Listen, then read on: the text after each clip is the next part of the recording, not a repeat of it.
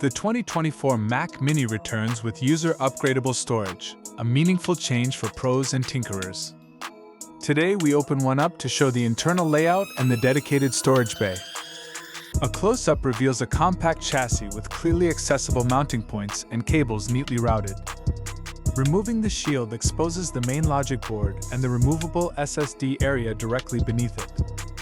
Macro slow motion focuses on the M2-like slots and the connector contacts for a clear inspection.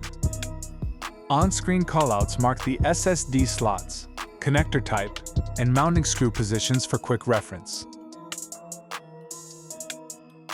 The SSD modules use a standard PCIe 4.0 NVMe form factor, offering high bandwidth and broad drive support.